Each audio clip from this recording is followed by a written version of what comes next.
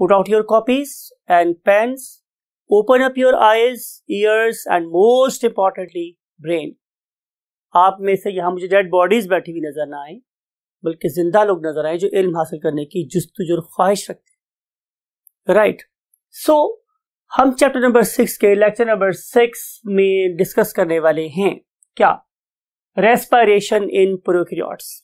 और इसके लिए मैंने ये ऑलरेडी लिख रखा है आप लोगों के पास, रेस्पिरेशन और नए डिफरेंट स्टाइल में. और आप जरा गौर से अगर देखें इस डायग्राम को, तो मेरी इस पर्टिकुलर लाइन के साथ जो डिफरेंट टाइप्स ऑफ बैक्टीरिया को आपस में जोड़ रही है, उसके साथ एक ग्रेजुअली इंक्रीजिंग टेपर लाइन लगाई. और ये जो टेपर लाइन है बेसिकली वो बता रही है किस चीज को, कॉन्सेंट्रेशन ऑफ ऑक्सीजन को. राइट. तो आपको नजर आ रहा है कि यहां पे शायद जो कॉन्सेंट्रेशन है ऑक्सीजन की वो बिल्कुल जीरो पे है. I am talking about this point कि इस पॉइंट पे concentration of oxygen is zero. और यहां पे अगर मैं बात करूं इस पर्टिकुलर पॉइंट पे, तो जो कॉन्सेंट्रेशन है it is maximum, may be equivalent to the concentration of air, concentration of oxygen in air. Right. तो बैक्टीरिया की हुई मेरे पास total students 4 types. Anaerobes, anaerobic, an का मतलब होता है स्टूडेंट्स विदाउट, राइट. और एरोबिक का मतलब होता है व्हाट, ऑक्सीजन. तो एक ऐसा ग्रुप ऑफ बैक्टीरिया जो विदाउट ऑक्सीजन रहना पसंद करता हो, उसे हम नाम देते हैं एनएरोब्स. आप लोगों ने ये बात बड़े गौर से ध्यान से सुननी है स्टूडेंट्स, कि वो वाले बैक्टीरिया कि जो ऑक्सीजन के बगैर रहना पसंद करते हैं, अगर मैं उन्हें ऑक्सीजन दे दूं तो दे बिगिन टू डाई, वो मरना शुरू हो जाते हैं. इसका मतलब ये होगा कि अगर मैं इन पर्टिकुलर बैक्टीरिया को अपनी लेबोरेटरी में कल्चर करना चाहता हूं, तो फिर मुझे एब्सोल्युटली ऑक्सीजन फ्री एनवायरनमेंट देना पड़ेगा. राइट. तो उसके लिए हम स्पेशल एनएरोबिक चैम्बर्स यूज करते हैं जो ज़ाहिर एनवायरनमेंट से सील होते हैं, और उसमें हम ऐसा केमिकल भी डालते हैं जो ऑलरेडी प्रेजेंट ऑक्सीजन को एब्जॉर्ब कर लेता है. तो इस किस्म के ऑर्गेनिजम्स को हम क्या बोलते हैं, एनएरोबिक बैक्टीरिया. फिर अगर जरा आप नंबर 2 स्टेप पे ऊपर मूव करते हैं, जो जरा हायर लेवल पे नजर आ रहा है आप लोगों को, तो यू मे सी कि यहां पे कॉन्सेंट्रेशन ऑक्सीजन की definitely as compare to anaerobic environment ज्यादा है, लेकिन इतनी ज्यादा नहीं है. इसलिए मैंने वर्ड यूज किया है माइक्रो का मतलब थोड़ी सी, यानी कि अगर इनको थोड़ी सी ऑक्सीजन मिल जाए, माइक्रो का मतलब स्टूडेंट्स क्या है, थोड़ी सी, यानी कि अगर इन्हें हम थोड़ी सी मिकदार दे दें ऑक्सीजन की तो ये नहीं मरेंगे. राइट. तो इन्हें हम बोलते हैं माइक्रो एरोफाइल्स. अब एरो का मतलब क्या है students, you know very well, oxygen O2. और फिलिया का मतलब क्या होता है, लव. राइट. तो these particular bacteria love to grow in lower concentrations of what, oxygen. Right. फिर हम एक और बात याद रखनी है आप लोगों ने कि हम इनके लिए एग्जाम्पल्स भी याद करेंगे. तो जो एनारोबिक बैक्टीरिया है उसकी जो एग्जाम्पल आप लोगों की बुक में कोटेड है, that is a very very dangerous bacterium, that is called as spirochete. Spirochete. Right. अब ये वाला ऑर्गेनिज्म जाहिर है एक स्पाइरल है और बहुत ही थिन सा स्पाइरल है, इसीलिए स्पाइरोकीट है. राइट. और ये डिफरेंट किस्म की बड़ी हार्मफुल डिजीजेस कॉज करने का वजह बन सकता है. For example gonorrhoea. माइक्रोएरोफाइल में मेरे पास ऐसे ऑर्गेनिज्म आए कि जो थोड़ी सी कॉन्सेंट्रेशन ऑफ ऑक्सीजन में सर्वाइव कर सकते थे. राइट. तो माइक्रोएरोफाइल की जो एग्जाम्पल आप लोगों की बुक में से हम लोगों को मिलती है उसका नाम है स्टूडेंट्स कैम्पाइलोबैक्टर. क्या नाम है उसका, कैम्पाइलोबैक्टर. इसका मतलब ये होगा कि अगर आप लोगों ने ये वाला बैक्टीरियम अपनी लेबोरेटरी में ग्रो करवाना है, कल्चर करवाना है, तो उस पर्पस के लिए आप लोगों को थोड़ी सी ऑक्सीजन देनी पड़ेगी. बिल्कुल एनारोबिक कंडीशंस में ये बैक्टीरिया ग्रो नहीं करेंगे. अगली जो हमारे पास कैटेगरी आती है बैक्टीरिया की on the basis of top type of respiration, वो क्या है स्टूडेंट्स? Facultative aerobes. तो मैंने जान के यहाँ पे फैकल्टेटिव का मतलब है थोड़ी ज्यादा ऑक्सीजन मैंने यहाँ पे यूज किया, और टेटिव और एरोब मैंने डायल्यूटेड रेड लिखा है ताकि आपको पता चले कि इस वाले केस में बहुत ज्यादा जो हाई कॉन्सेंट्रेशन है वो भी गुजारा कर सकती है, और अगर कॉन्सेंट्रेशन कम भी हुई तो भी गुजारा हो सकता है। इट मीन्स कि ये वाले organism can grow with and without oxygen. लेकिन चूंकि इसके लिए हमने वर्ड एरोब यूज किया हुआ है तो इनकी प्रेफर्ड एनवायरनमेंट बहरहाल प्रेजेंस ऑफ ऑक्सीजन होती है, right? So preferred environment is presence of oxygen. इसीलिए हमने इस ग्रुप को ज्यादा करीब किसके रखा है स्टूडेंट्स? डेफिनेटली एरोब्स के। और इसकी जो एग्जांपल आप लोगों की बुक में कोट की गई है वो साइंटिस्ट का ऑल टाइम फेवरेट बैक्टीरियम है, दैट इज ई कोलाई। और आखिर पे स्टूडेंट्स जो बैक्टीरिया हमारे पास आ रहा है that is called as aerobe. तो it love to grow in higher concentrations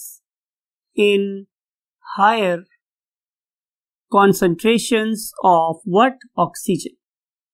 और इस पर्टिकुलर ग्रुप की जो एग्जाम्पल है it is Pseudomonas aeruginosa name indicate कर रहा है, लेकिन बाहर आप सूडोमोनास तक ही याद कर लें तो it will be sufficient for you to score marks in Lahore board examinations, right? So ये स्टूडेंट्स मेरे पास 4 टाइप्स इसकी बैक्टीरिया की on the basis of what? Respiration. अब हम मूव कर रहे हैं बहुत क्विकली नेक्स्ट टॉपिक की तरफ, और नेक्स्ट टॉपिक मेरे पास क्या है स्टूडेंट्स? Growth and reproduction. तो अगर मेरे पास स्टूडेंट्स एक बैक्टीरियम बहुत छोटे से साइज का है, मींस ये अभी पैदा हुआ है, तो आपको पता है जब बच्चा दुनिया में तशरीफ लाएगा तो वो डेफिनेटली साइज में छोटा होगा, और फिर उसके बाद वो एक टाइम ऐसा आएगा कि जब वो अपने माँ बाप के साइज के बराबर हो जाएगा, राइट? इस सारी की सारी फेज को कि जब एक बच्चा अपने माँ बाप के कद के या उनसे बड़ा हो जाता है या बराबर हो जाता है, इसे हम नाम देते हैं किसका? ग्रोथ का, राइट स्टूडेंट्स? फिर उसके बाद बैक्टीरियम वही काम करेगा ज़ाहिर जो उसके पेरेंट्स ने किया, मींस कि they will give rise to the new organisms. तो फिर ये दोबारा से क्या करेगा? एक बैक्टीरियम प्रोड्यूस करेगा या मल्टीपल बैक्टीरियम प्रोड्यूस करेगा, something like it, for example ऐसे, और फिर ये बैक्टीरियम दोबारा उसी फेज से गुजरेगा जिससे उसका पेरेंट बैक्टीरियम गुजरा था, मीन ग्रोथ के फेज से गुजरेगा। तो इसका मतलब ये होगा कि अगर एक बैक्टीरियम ने अपना साइकिल कंप्लीट करना है तो उसे 2 काम करने हैं, number 1 growth and number 2 is reproduction.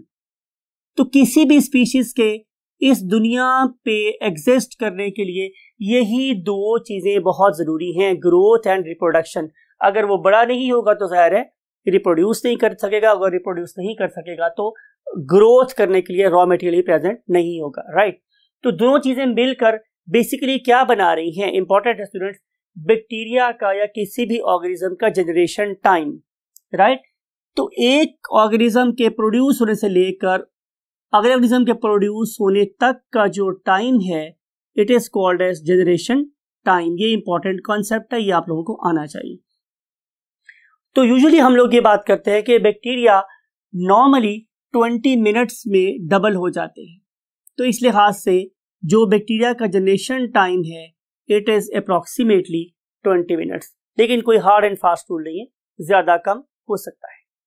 So any how, अब हमने अंडरस्टैंड करना है अगर एक बैक्टीरियम बड़े होते होते अपने पेरेंट के साइज के बराबर हो गया है तो फिर ये क्या करेगा? मैंने आंसर दिया था रिप्रोड्यूस करेगा। तो आए हम देखते हैं कि बैक्टीरिया कितने तरीके से रिप्रोड्यूस कर सकता है। तो यहां पे हम हेडिंग लगा रहे हैं रिप्रोडक्शन टाइप्स। तो स्टूडेंट्स आंसर ये है कि हम जो बैक्टीरियम है ये 2 तरीके से रिप्रोड्यूस कर सकता है। One of them is called as asexual reproduction. इस वाले केस में एक ऑर्गेनिज्म ही काफी है टू प्रोड्यूस इट्स डिसेंडेंट्स, लेकिन जो दूसरी टाइप की रिप्रोडक्शन है उसे हम लोग नाम देते हैं व्हाट? सेक्सुअल रिप्रोडक्शन, और सेक्सुअल रिप्रोडक्शन में एटलीस्ट हम लोगों को 2 ऑर्गेनिज्म चाहिए होते हैं, right? In case of sexual reproduction we are in need of at least 2 organisms, 2 organisms और 2 बैक्टीरिया, जबकि यहां पे सिर्फ और सिर्फ एक ऑर्गेनिज्म ही अपने जैसे नए ऑर्गेनिज्म प्रोड्यूस कर सकता है।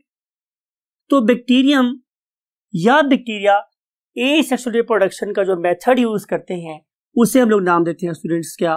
Binary fission. Binary fission. अब इस वाले केस में बाय का मतलब होता है 2, राइट? और नेरी का मतलब होता है बॉडी, और फिशन का मतलब होता है ब्रेक डाउन। इस वाले केस में एक बैक्टीरियम 2 बैक्टीरिया में डिवाइड हो जाएगा।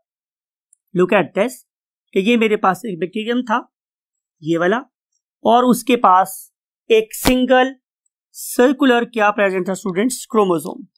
फर्स्ट कर लेते हैं कि ये मेरे पास एक एग्जिस्टिंग क्रोमोसोम है जो पहले से मौजूद था। तो सबसे पहले क्या होगा? सबसे पहले स्टूडेंट्स इस पर्टिकुलर क्रोमोसोम की डुप्लीकेशन होगी या रेप्लिकेशन होगी, और उसके रिजल्ट में इस पर्टिकुलर बैक्टीरियम की बॉडी में 2 क्रोमोसोम बन जाएंगे। You may see over here कि ये कुछ हो गया मेरे पास, ये एक पहले से प्रेजेंट क्रोमोसोम था, और आपको डिफरेंशिएट करने के लिए सिर्फ हम डिफरेंट कलर यूज कर रहे हैं, अदरवाइज बिल्कुल उसकी डिटो कॉपी है। तो ये एक क्रोमोसोम मेरे पास और बन गया है, समथिंग लाइक इट। तो लिख देते हैं आप लोगों के लिए, सिर्फ समझाने के लिए, कि ये मेरे पास एक न्यूली सिंथेसाइज्ड डीएनए है, और ये मेरे पास एक ओल्डर डीएनए, राइट? अब नेक्स्ट फेज में स्टूडेंट्स होना क्या है? अगली फेज में ये दोनों के दोनों DNA they begin to move in opposite direction, something like it कि ये बैक्टीरियम था मेरे पास। अब एक जो डीएनए है ये मूव कर गया है से new one towards the left side में मूव कर गया मेरे पास, और जो ओल्डर डीएनए है it is basically lying somewhere here, ये दूसरी साइड पे मूव कर गया, राइट? अगले फेज में स्टूडेंट्स क्या होगा बाइनरी फिशन के, कि अब इसमें सबसे पहले cell membrane it will begin to invaginate. Last time discuss किया था मैंने कि टू फोल्ड इनवर्ड, कि इस पर्टिकुलर इवेंट के बाद ये जो सेल मेम्ब्रेन है ये मूव करना शुरू कर दिया है इसने इनवर्ड, अंदर की तरफ को मूव हुई, और ये प्रोसेस चलता रहा यहां तक कि ये बिल्कुल दरमियान में आके फ्यूज हो गए, राइट? इस वाले केस में हमने साइटोकाइनेसिस भी कर लिया है और कैरियोकाइनेसिस भी कर लिया है, मींस मैंने क्रोमोसोम को भी डिवाइड कर लिया है और न्यूक्लियस को भी 2 इक्वल पार्ट्स में डिवाइड कर लिया है। ये 2 काम होने के बाद अब सिर्फ और सिर्फ डिवीजन ऑफ सेल वॉल रह जाती है, जिसमें जाहिर है मेरे पास एंजाइम्स आएंगे जो सेल वॉल को स्पेसिफिक पॉइंट से ब्रेक कर देंगे, और उसके रिजल्ट में ये प्रोड्यूस हो जाएंगे मेरे पास क्या? 2 डॉटर बैक्टीरियम, एक ये वाला बैक्टीरियम स्टूडेंट्स और एक ये वाला बैक्टीरियम, राइट? इन दोनों के अंदर जाहिर है अब प्रेजेंट है सेल मेम्ब्रेन, और जो एक बैक्टीरियम है उसके अंदर प्रेजेंट है older DNA, something like it, और ये मेरे पास दूसरे बैक्टीरिया में प्रेजेंट है न्यू डीएनए। इस सारे के सारे प्रोसेस को, जिसमें एक इंडिविजुअल 2 इक्वल पार्ट्स में डिवाइड हो गया, हम क्या नाम देते हैं स्टूडेंट्स? बाइनरी फिशन का, राइट? अब अगली बात कि सेक्सुअल रिप्रोडक्शन की स्टूडेंट्स बैक्टीरिया में 3 डिफरेंट टाइप्स रिपोर्टेड हैं, राइट? उसको हम यूं ड्रॉ कर लेते हैं। नंबर 1 जो पहली टाइप है उसे हम नाम देते हैं कॉन्जुगेशन का। ये लफ्ज हम पहले पढ़ चुके हैं। इसमें 2 डिफरेंट मेटिंग टाइप्स क्या कर रही हैं? आपस में मिल रही हैं, और मिलने के बाद वो जेनेटिक इंफॉर्मेशन को, जेनेटिक मटेरियल से एक्सचेंज करते हैं, और उसके बाद वो नई वैरायटी प्रोड्यूस कर लेते हैं। इसे हम बोलते हैं कॉन्जुगेशन। लेकिन बैक्टीरिया में जेनेटिक इंफॉर्मेशन को शेयर करने का, चेंज करने का एक और मेथड भी है, और उस मेथड को हम नाम देते हैं ट्रांसफॉर्मेशन। ट्रांसफॉर्मेशन, आप लोगों ने ट्रांसफॉर्मर मूवी डेफिनेटली देखी होगी, तो उसमें पता है कि एक ही ऑर्गेनिज्म डिफरेंट शेप्स एज्यूम कर लेता है।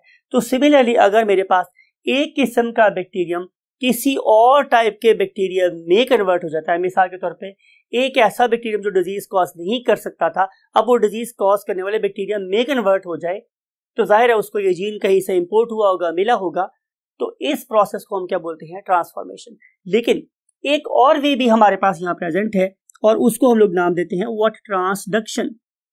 अब जो ट्रांसडक्शन है उस वाले केस में स्टूडेंट्स क्या हुआ कि एक थर्ड पार्टी के थ्रू, और वो जो थर्ड पार्टी है यूजुअली वो एक वायरस होता है, ठीक है।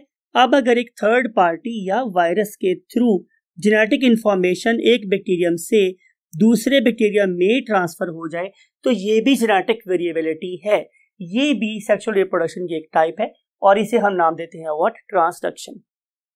राइट स्टूडेंट्स, और अब हम डिस्कस करने वाले हैं बैक्टीरियल ग्रोथ का एक स्पेसिफिक कर्व जिसे हम लोग growth curve of bacteria move करते हैं। आइए इसको हम देखते हैं। जी स्टूडेंट्स, ये आप लोगों के पास एक आइडियल कंडीशन है और इस आइडियल कंडीशन में हम लोगों ने किया क्या है कि नंबर 1 पे हमने एक फ्लास्क ली है और इस पर्टिकुलर फ्लास्क के अंदर यू आर ऑब्जर्विंग कि हमने एक न्यूट्रिएंट क्या ऐड कर दिया? हमने ब्रॉथ ऐड कर दिया। ब्रॉथ क्या होता है स्टूडेंट्स? एक लिक्विड न्यूट्रिएंट मीडियम होता है। जब ये इसके अंदर ऐड हमने किए बैक्टीरिया, तो आपने देखा कि इनिशियली नंबर 1 स्टेज के ऊपर still bacteria are not dividing actively, बिल्कुल डिवाइड नहीं कर रहे हैं, आराम सुकून से बैठे हुए।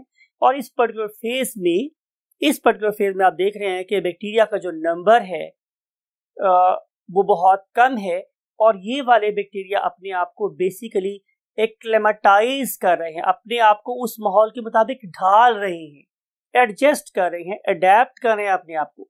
राइट, जब इस पर्टिकुलर फेज में ये बैक्टीरिया होंगे तो आपको नजर आएगा कि अमाउंट ऑफ न्यूट्रिएंट्स बहुत ज्यादा है और नंबर ऑफ बैक्टीरियम जो है वो बहुत कम। देन टाइम विल कम कि जब ये एक्लेमेटाइज स्टेज से आगे निकलेंगे तो अब ये डिवाइड होना शुरू होगा। लेकिन इस पर्टिकुलर फेज में अभी भी जो अमाउंट ऑफ न्यूट्रिएंट्स है वो बहुत ज्यादा है और जो बैक्टीरिया का नंबर है इट इज लैगिंग बिहाइंड का नंबर है वो बहुत पीछे रह रहा है। इसीलिए हम इस पहली फेज को क्या बोलते हैं? Lag phase. राइट, अब नंबर 2 स्टेज को देखें। नंबर 2 स्टेज में no bacteria they are dividing more actively. Right, इस पर्टिकुलर फेज में आप देख रहे हैं कि bacteria are dividing at exponential rate. Right, बहुत ही तेजी के साथ, बहुत ही स्पीड के साथ वो अपने आप को रिप्रोडक्शन के प्रोसेस से गुजार रहे हैं बिकॉज कॉपियस बहुत ज्यादा अमाउंट में न्यूट्रिएंट्स यहाँ पे प्रेजेंट हैं। जब बहुत ज्यादा अमाउंट में न्यूट्रिएंट्स प्रेजेंट होंगे तो वो इन न्यूट्रिएंट्स को पूरे तरीके से एक्सप्लॉइट करेंगे और फुल रेट पे रिप्रोड्यूस करेंगे। इसीलिए हमने इसको एक्सपोनेंशियल रेट के रेफरेंस से, रेज टू द पावर के रेफरेंस से 10 raise to the power 2, raise to the power 3, raise to the power 4 को नॉर्मली हम लॉगरिथम में यूज करते हैं। इसीलिए मैंने इस सेकंड फेज को क्या नाम दिया हुआ है? Log phase. लेकिन सदा कोई चीज नहीं रहती। पर्टिकुलरली इस पर्टिकुलर फ्लास्क में आप देख रहे हैं कि एक टाइम ऐसा आएगा कि जब number of nutrients number of produced bacteria के बराबर हो जाएंगे। अब क्या होगा स्टूडेंट्स? अब बैक्टीरिया को ये बात का अंदाजा होगा कि शायद हमने बहुत बड़ी मिस्टेक कर ली है और अब जो नंबर ऑफ न्यूट्रिएंट्स मुझे नजर आ रहे हैं इस फ्लास्क के अंदर वो बहुत कम है और जो नंबर है बैक्टीरिया का वो बहुत बढ़ गया है। तो बैक्टीरिया क्या करेंगे? अब रिप्रोड्यूस करना छोड़ देंगे। राइट, और जब वो रिप्रोड्यूस करना छोड़ेंगे तो एक फ्लैट प्लेटू नजर आएगा उनके ग्रोथ कर्व में। राइट, इस फ्लैट प्लेटू के ऊपर हम बोलते हैं stationary phase, when number of bacteria are not increasing any more, number और ज्यादा नहीं बढ़ रहा, तो इसे हम क्या बोलते हैं स्टूडेंट? Stationary phase. लेकिन फिर भी जो बैक्टीरिया ऑलरेडी इस फ्लास्क के अंदर प्रेजेंट है उन्हें अपने आप को सर्वाइव कराने के लिए न्यूट्रिएंट्स की जरूरत थी और न्यूट्रिएंट्स बहुत तेजी से क्या हो रहे हैं? डिप्लीट का मतलब होता है कम। तो रिजल्ट क्या होगा कि अब ये बैक्टीरिया मरना शुरू हो जाएंगे। इसे हम बोलते हैं डिक्लाइन फेज और डेथ फेज, बिकॉज के bacteria are going to face the death due to unavailability of the nutrients. Right students, तो इस तरीके से यू मे सी। अब दोबारा से ग्राफ को हम प्लॉट करते हैं तो आप देख रहे हैं कि सबसे पहले हमने क्या ड्रॉ किया स्टूडेंट? Lag phase. फिर ड्रॉ किया हम लोगों ने व्हाट? Log phase. और अब हम ड्रॉ कर रहे हैं क्या? Stationary phase. और जो आखिरी फेज है उसे हम क्या बोलते हैं? Decline phase. तो इन चारों फेजेस से मिलने से जो कर्व बनता है उसे हम ग्रोथ कर्व ऑफ बैक्टीरिया बोलते हैं, राइट।